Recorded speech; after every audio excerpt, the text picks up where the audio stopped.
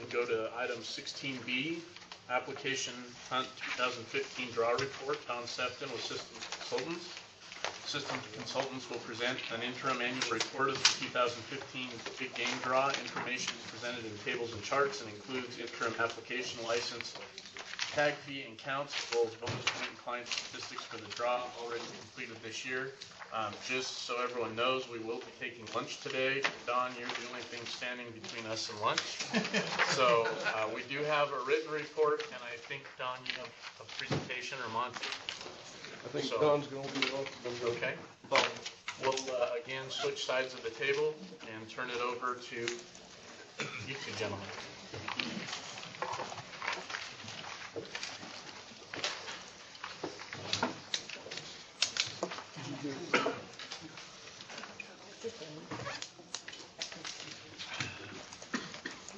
All right.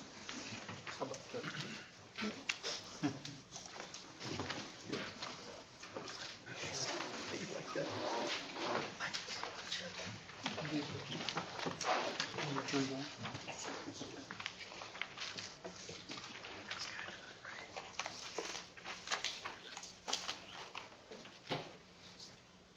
Chairman, Commissioners, I'm Don Sefton from Systems Consultants. You've all been provided a report, looks like the one I'm holding in my hand here. And I'm going to let Monty do the bulk of these, and then I'll cover the problems. In particular, I want to talk about the slowness issue. But I think in the past, we've gone through in excruciating detail through these slides, but more recently, we've asked you if you had questions about specific ones. And if you would like to shortcut to lunch, you can ask Monty just where you have questions, or you can have him proceed through it. But I'm going to turn it over to Monty now, and I'll be back with you when we talk through our problems and solutions issue. Monty? Yeah, don't know that we need to shortcut. I was just giving you fair warning. Okay. Chairman, Commissioners, thank you.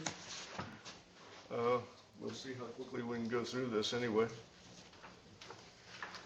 Things we're going to cover on the agenda today, we'll look at the interim stats from the draw, game applications, PIW applications, silver spade, bear, junior hunts, bonus points, those that drew tags, the dream tag, client demographics, returns tags, and then Don will pick up for the flipping at the end for our problems we've had this year. And then accomplishments. So for the interim stats, these are interim. They always do change a little bit. Client records are merged. Things change subtly, but they are close to final numbers.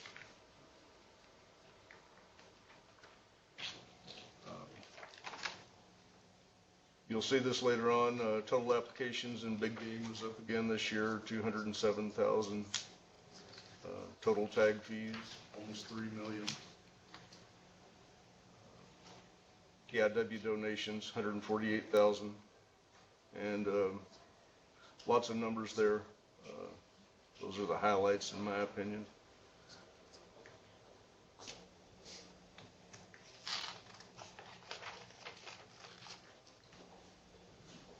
Spring turkey, apps were down a little bit this year, but it's been pretty consistent the past 4 or 5 years. Non-resident guided draw, we had the dip back in 2007 when the rules changed and clients couldn't apply in both big game and in the guided draw. It's been fairly level, up ever so slightly this year. Big game, once again, over 207,000 applications this year, up from 194,000 last year. Can't continue to see amazing growth.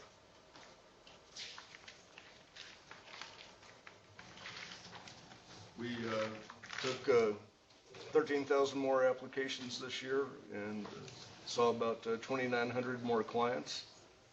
The average client this year was submitting 3.24 applications. That continues to creep up as well as you add other application opportunities for you.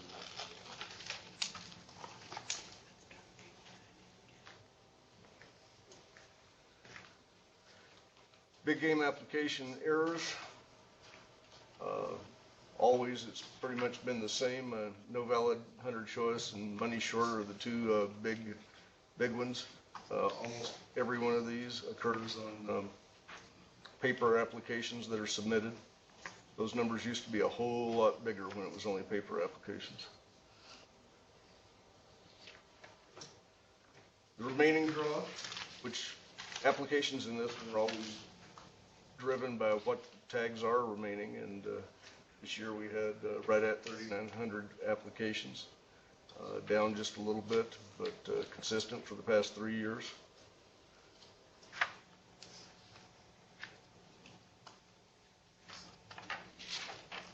This is a look at both paper and web in the big game applications this year. Clients applying exclusively on the web, 62,000. 1,300 clients applying only on paper, and 64 clients applying on both paper and web. And I don't know that those numbers are going to move much over time. I think you're just about capped out until people voluntarily move. And flipping that over into percentages,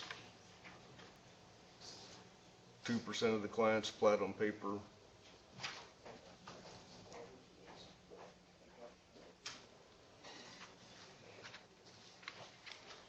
Web versus paper again, 2,576 paper apps.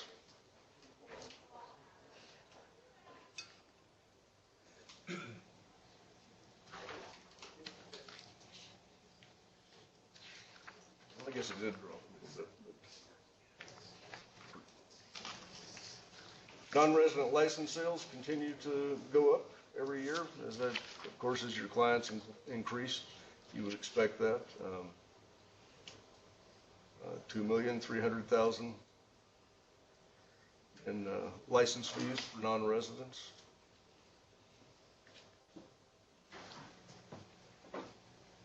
Resident continues to go up as well. 900,000.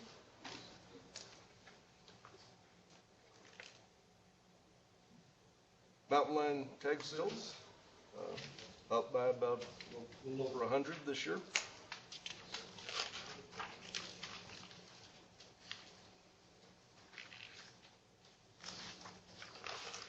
PIW, still same praises to Tommy Ford.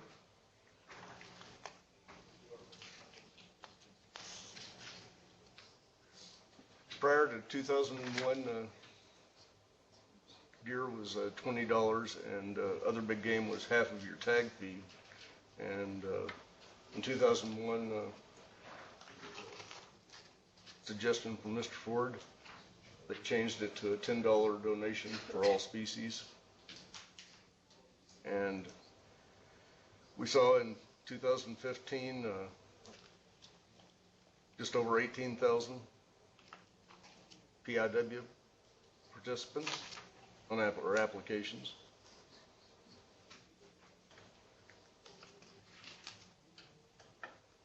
And we've been pretty steady for a number of years.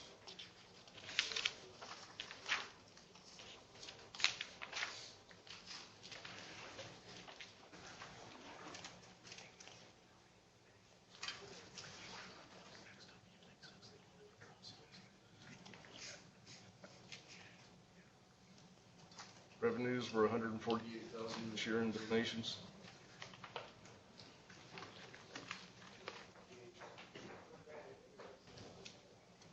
Silver State, those were up slightly again this year as well. And you certainly have clients out there taking advantage of the fact that they can apply for this while they're still ineligible for the regular, for that species.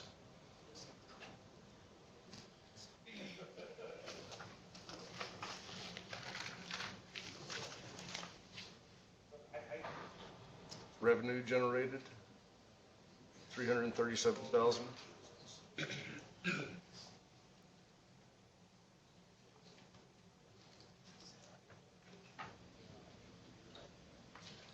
This is a comparison of Silver State to the heritage tags. And Silver State this year generated the 337,000. Comparing that to the maximum heritage amount, that was $43,000 shy.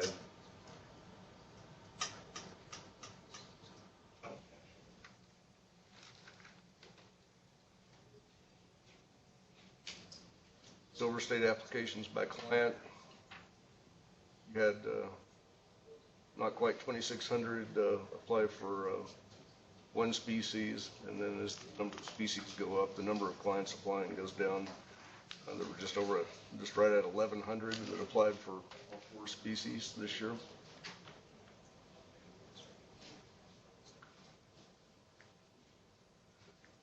Bear continues to see growth.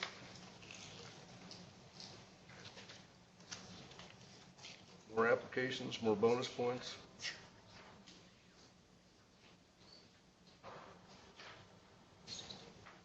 Junior hunts, fairly static there.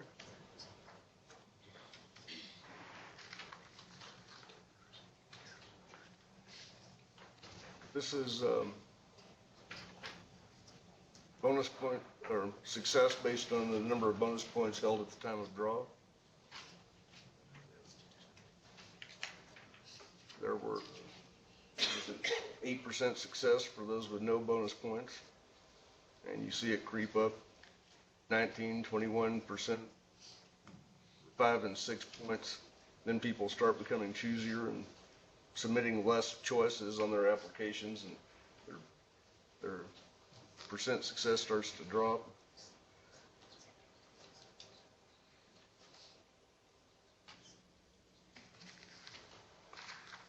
And this is the same with non-residents.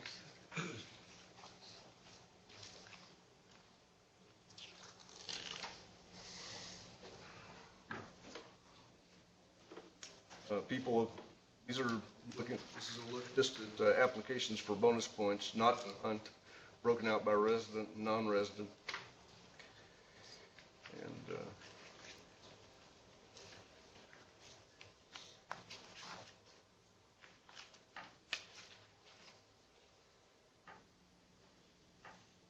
so you had over 23,000 applications for residents this year and 22,000 for non-residents for bonus points only.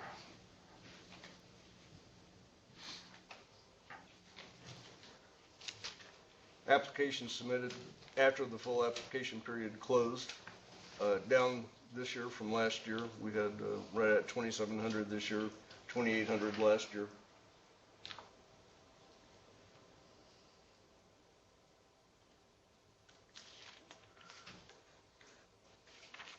After the draw, this is a look at the points held by clients after the draw was over and we recalculated their bonus points.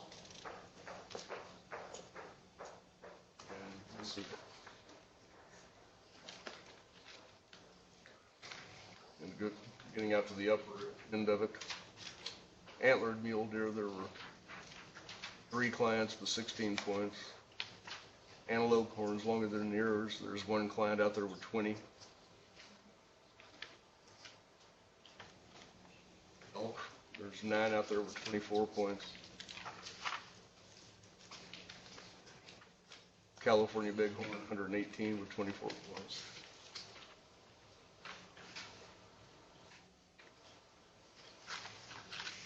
And this is same look again at non-residents.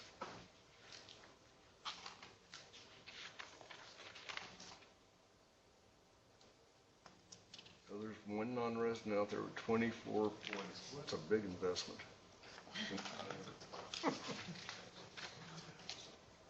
Die hard. Consistent. Multiple species. There were, if you don't include the PIW tags, there were 88 clients that drew 4 tags this year. If you throw in the PIW, there are 89. And right at 18,000 with 1 tag, either way, with or without PIW.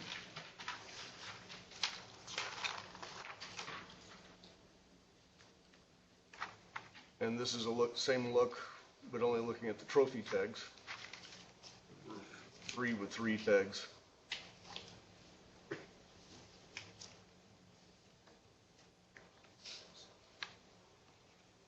And trophy here is, doesn't include deer, antelope, horned shorter than ears, or cow elk hunts.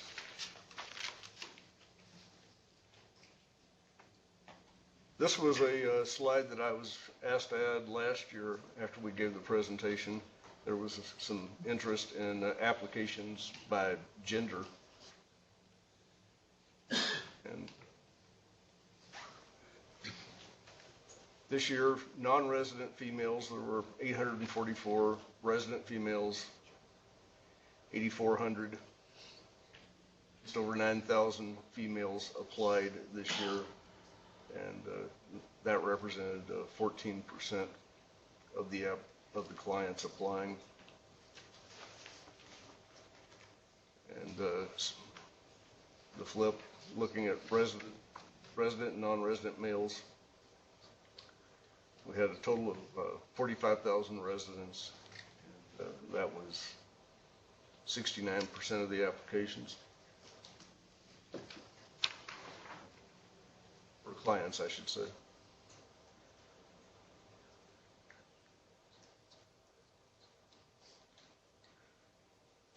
And then I'll look at the applications by gender of the applicant and the species.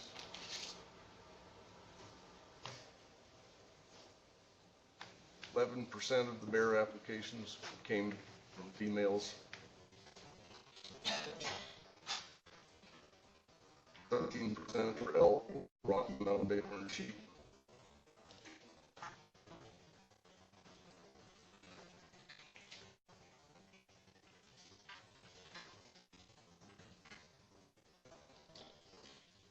Texas by species. This is still in here. This is very young. We were setting out.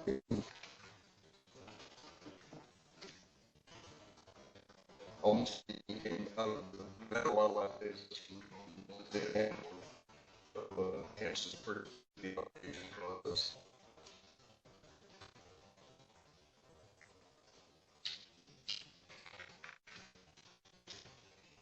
The resource enhancement systems.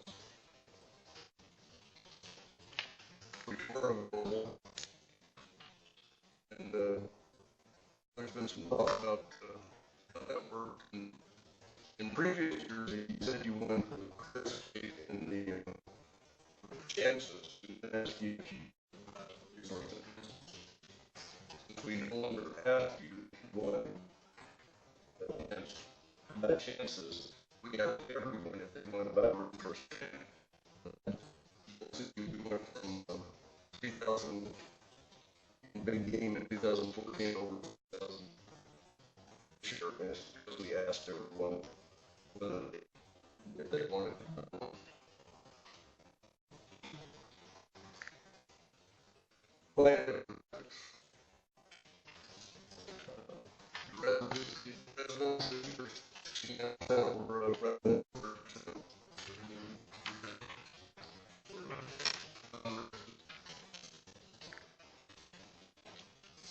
And looking at that,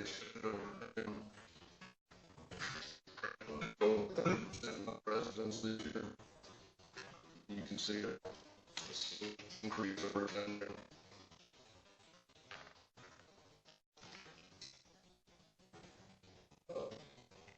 There's class A resident plans to the county.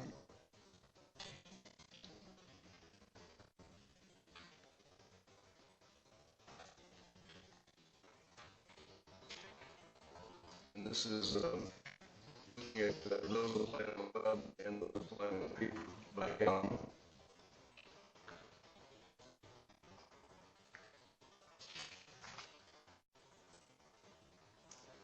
And I believe we had these slides for the first time last year. And this is a look to see how people are coming back.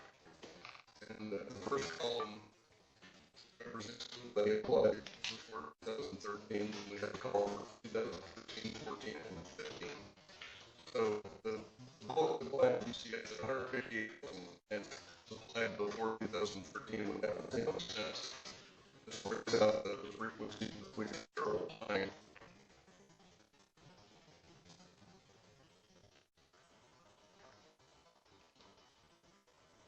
Application testing. California always gets the line there.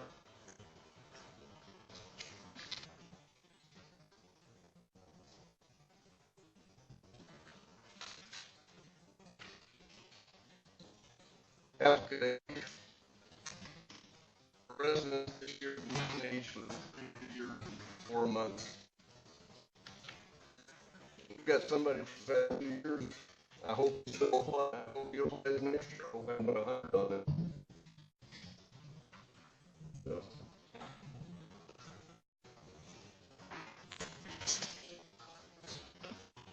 That's because I'm mobile.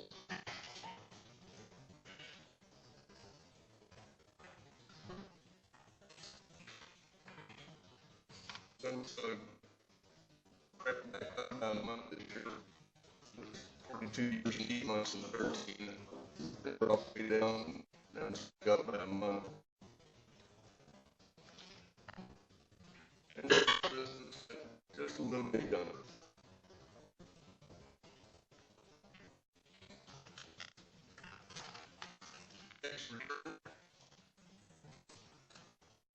Returns. All of them are for any reason option for we have those are a credit card plan.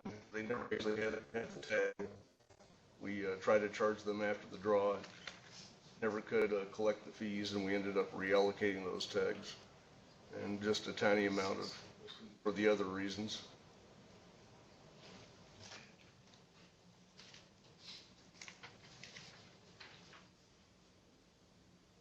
So the sportsmen are certainly taking advantage of that increased option.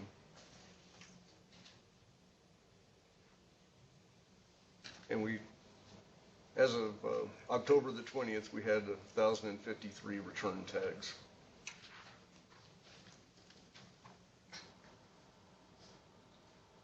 And this represents those tags that we were able to reallocate.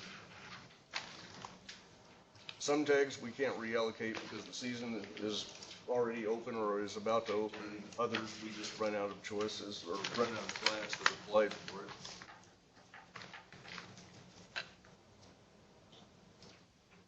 And in total, we, as of 10/20 again, we had reallocated 371 tags.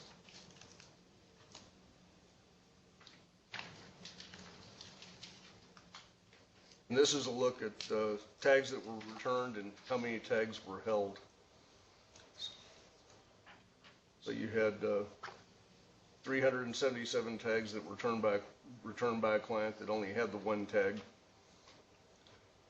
And you had 3 tags returned by one client that had 4 tags. And there's 1 tag returned by a client with 5 tags.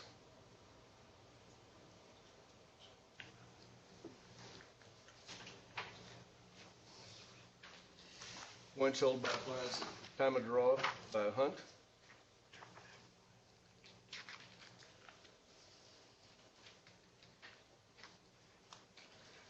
And before I turn this over to Don and he talks about our problems, are there any questions I can answer?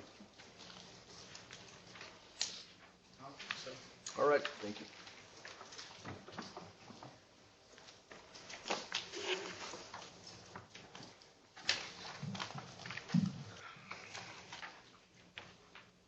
For the record, Don Sefton, and I'm on page 72 of the presentation. This was 73. This is the problems. Every year we always encounter some problems and we try and identify solutions for them. We always give an immediate solution, but we're also looking for long-term solutions as well. We had 6 problems identified this year, and we'll go through them. As you can see, we dealt with 62,000 clients this year. The vast majority we did not have problems with, but we did have issues that involved, in some cases, 1 or 2, but in one case, it appears about 125 people, and that was slowness on the deadline. And we'll go into that in some detail. The first issue was there was 2 folks who were incorrectly charged for licenses who applied for Turkey. They already owned a license, and we re-edited their license or their record and incorrectly charged them for a resource enhancement stamp and sold a license at no cost. 2 clients were affected. This is a programming bug.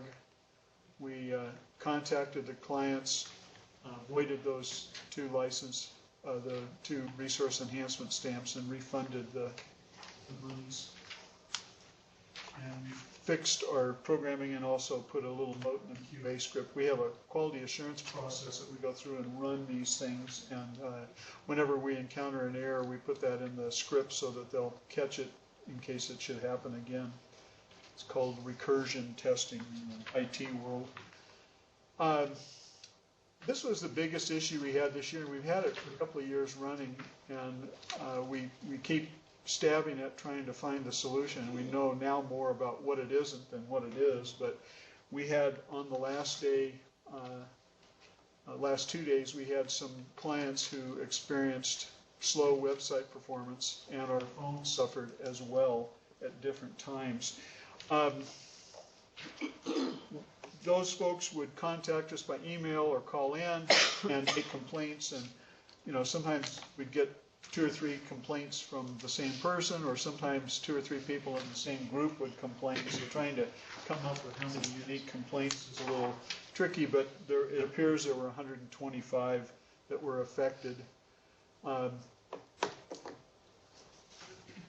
The SQL servers were overwhelmed by the volume of traffic generated on the last days.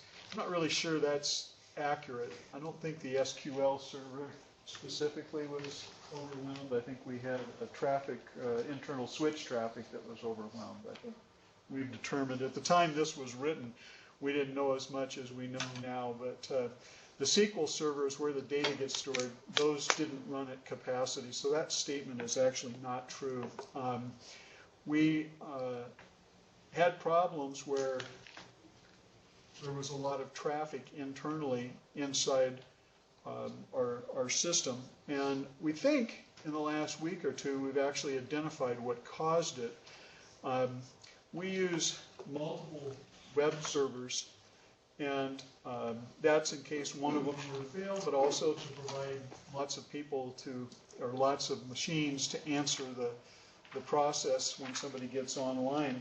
And again, you have to understand that the first day of the application period, we get maybe 3,000 applications. On the last day, we get in excess of 30,000. In fact, in the last hour, we get in excess of 3,500. So we see more in an hour on the last day than we see the entire first day, and that's just the nature of the beast. And we obviously have to build to be it would be like having to have a 100-lane wide freeway for the 1 day a year when it gets really busy between Reno and Fernley, say during hot August nights, so that there's an accident and you have time to clear it and everything. So anyway, what we've discovered is we use Microsoft's product, NLB, called Network Load Balancing, that when a request comes in to make an application or do something else, it looks at the server that's least being used and routes the traffic to that server. And we have found out recently from 3 or 4 different experts on the outside that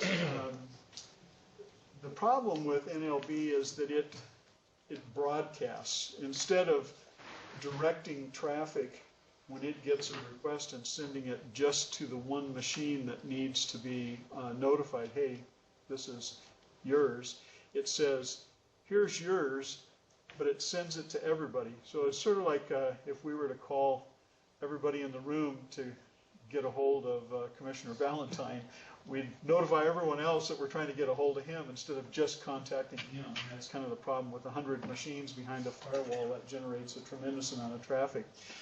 We're going to, we attempted to solve the problem last year by putting in a layer 3 switch which segments traffic and attempts to not send so much around. But then when we discovered recently that the network load balancing process generates traffic to everybody, segmenting it didn't really do any good because everybody was getting that traffic when really only one or two machines should see it. So we're in the process right now of talking to 2 vendors and getting final quotes to implement a hardware load balancing solution rather than Microsoft's NLB. And the hardware solution is intelligently done in that it directs traffic only to the location it needs to. And so people say that that's what caused problems with our phones, as well as, because our phones actually go through the internet as well as on this last day. In any event, we're implementing that. The other thing we've done is we've compared what happens in Utah, which we don't experience this in Utah, and yet they have a higher volume. We're comparing what we've done in Utah with what we've done in Nevada, and we've noticed some differences, and we're going to change some code on the Nevada side. Part of it is just the nature of the way Utah's draws run and the way they handle hunt choices versus hunts, but we did find some economies of scale that we could achieve. So we're going to do that. We're going to clean up the SQL lookups that are done so they're more like Utah, but the bigger issue appears to be this internal traffic that we're getting flooded with by the Microsoft product, and basically we're going to implement a solution that replaces the Microsoft NLB. We hope that next year we will all be happy about this. We'll have to report to you a problem again. We had code in the system that looks at a date and time to shut off the application process and only accept bonus points. It was supposed to be data driven and was, but the data was supposed to be 11 p.m. rather than 11 a.m. And unfortunately it got set to 11 a.m. to do the switch over. So at 11 a.m. on the last day we actually cut over and started telling people they had to apply only for bonus points instead of waiting until 11 p.m. It was in that mode for about 20 minutes. 22 clients were affected. This was a testing oversight and that we didn't test the date time on there correctly. We allowed those clients to correct their applications to full applications so that they weren't restricted to just having a bonus point application only. And we've added some quality assurance checks to prevent that from happening in the future. We had a problem with we use some, actually, because we have internet-based telephones, we can do some things where we integrate our system with our phone service so that we can see a telephone number and the operator can press a button, and instead of having to dial that number and perhaps misdial it, it'll dial the number for the operator. And that's improved our contact rate, but in this case we had a specific problem with Charter and the way that was programmed, Charter phone subscribers.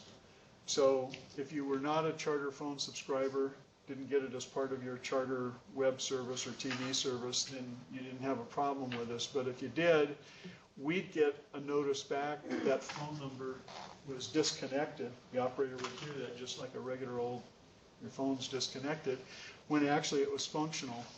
And there were 6 clients that had their tags reallocated without receiving a declined credit card call. In other words, we thought we tried to call them, we got a disconnected, and that does legitimately happen. A lot of people who moved or changed their telephone number after they applied, and we can't reach them. But in this case, we should have been able to reach them. And we fixed that error in the desktop application that allows the operators to directly make the phone calls from the screen. But we also allowed those clients to pay for their tags if they wanted them. We had a situation where 5 of them, and I think one gentleman who's not paying attention to me right now, but he actually called me about this problem after we'd already discovered it. He knows who he is. Joe is sitting in the back row back there. Had an acquaintance or a friend that had this happen. Was it a family member? Yeah. A family member, excuse me. And what happened is, we have folks who will tell us that they want a reallocated tag if it becomes available, but betting on the come, they also apply in the second draw. So they didn't draw in the first draw. They check marked the option to be able to pick up a tag if one became available, and then they applied in the second draw. Well, obviously, if they draw a tag via the alternate route, they shouldn't be able to go on into the second draw because they've already got a tag, and we had a programming issue. There were some clients, I think 5 of them, who had 2 tags for the same species. As a result, one was received through the reallocation process, and the second one was received through the remaining drawing, and typically not for the same unit. 5 clients affected. It was a programming issue. We gave the clients the option of returning either tag, the one they got as the alternate or the one that they drew in the remaining draw. In most cases, the folks wanted the original one that they got through the alternate process as opposed to the leftover tags, which were less appealing to them. We've fixed that programming, and so that issue is gone now. We had some tags returned by the post office as undeliverable that were reallocated. We get people whose mail gets returned to us, the tag, and sometimes that's because they've moved and not left a forwarding address. Sometimes it's because there's a new postal worker. We had tags sent to somebody who'd lived in an address for 22 years. It got returned by the Postal Service. We contacted the person, and they said, don't know why unless there was someone else working the delivery route that day, because I've not moved. I've always gotten tags and licenses, and so we just put it in another envelope and send it back, and it gets there the second time. But sometimes they're actually not deliverable because of the address provided or because they have moved. And normally we would contact them, but in this case, we had a little snafu, and we unintentionally reallocated those tags as opposed to contacting the client. 1 client, 2 tags, supervisor error. The client was issued the tags, and we've got a different vehicle now to organize the mail when the supervisor handles that. So, anyway. We don't only make mistakes, we also try and make progress every year, some of our accomplishments. This was driven by the outside by the Treasurer's Office. I think Liz and Katie are still struggling with it, I guess. The state made a decision to move from B of A to Wells Fargo as part of a long-term review of some merchant relationships that the state has. And so we had to change the programming from PayPoint to Wells Fargo CyberSource. I'm told that eventually great things will come of that. I think right now we're still struggling with it, wouldn't you say? Yeah, it's not been as fun as the conversion to PayPoint actually went smoother, I think, in many ways. We upgraded the NWDS SQL Server from SQL 2005 to SQL 2012. It has lots of new features, particularly in the encryption area, that provide us added security and theoretically more performance. We upgraded the NWDS web server farm from Server 2003 to Server 2012. I don't know if anybody in this room has made notice of it or complained to us, but there has been a change in security from 1024-bit security to 2048-bit security, and that's supposed to have been targeted for the end of this year, but Google, in particular Google Chrome, got kind of aggressive with it, and they implemented a feature that made it look like we had no security as opposed to we hadn't yet implemented the 2048-bit encryption. And they did that mid-year, so some people would call up and say, hey, you guys don't have any security, it's not going through the HTTPS website, but it was, it's just the way Chrome reported it. If they had an internet browser, they didn't see it because internet played by the rules that it was supposed to happen December 31. In any event, that accelerated. We were going to do this change at the end of the year, and we ended up doing it much earlier as a result. But it's a good thing. That's further security and better options under 2012. We also, at the same time, for this security issue, upgraded from .NET, which is our programming environment 1.1, which was fairly old, to .NET 4.5, which is the latest and greatest. In fact, it was so late and great that the interface we provide to NCIC, the National Crime Information Center, where folks could be in, law enforcement folks could be in Connecticut and stop somebody with a boat, and they could run the boat HIN, which is like a vehicle, then through the NCIC, and it actually comes to us, and we respond and tell them, you know, whether the boat's owned or not owned, if it's been stolen, reported stolen. Those folks weren't even on 4.5, they were on 4.0, and they had some struggles to make it work for a couple of days, but everything's all up to date. They're working with us. We're on 4.5, which is the latest and greatest, and so that's a big accomplishment. There were several months involved in that effort. Are there questions about the problems, the slowness, any of our accomplishments that you'd like to throw my way? What's that? Your application early. Put your application. Don't tell the biggest procrastinator of them all to do that. Any questions from the commission? I will bring up one other issue. Two questions came up, I think, at the last commission meeting. One from Commissioner Morai and one from Commissioner Valentine. And I provided data to NDOW, to Maureen, Bob Hoyen, and Jack Robb. I've not been in the loop as to whether you guys got your questions answered with that data, but it was specifically addressing elk bonus points and I'm trying to remember yours, Commissioner Valentine, but I believe it was age. yes, Points and age, bonus points and age, and I ran queries separately for Commissioner Morai. And did you get your question answered? Yes, I did. Thank you very much. Terrific. And did you get yours answered? Yes. All right. All right. Thank you, Don. And rather than have everyone get up, I think what we'll do is take a break for lunch. We're not pulling the no lunch thing again. So it's 11:42. We'll reconvene and start on our next agenda item at 1 o'clock.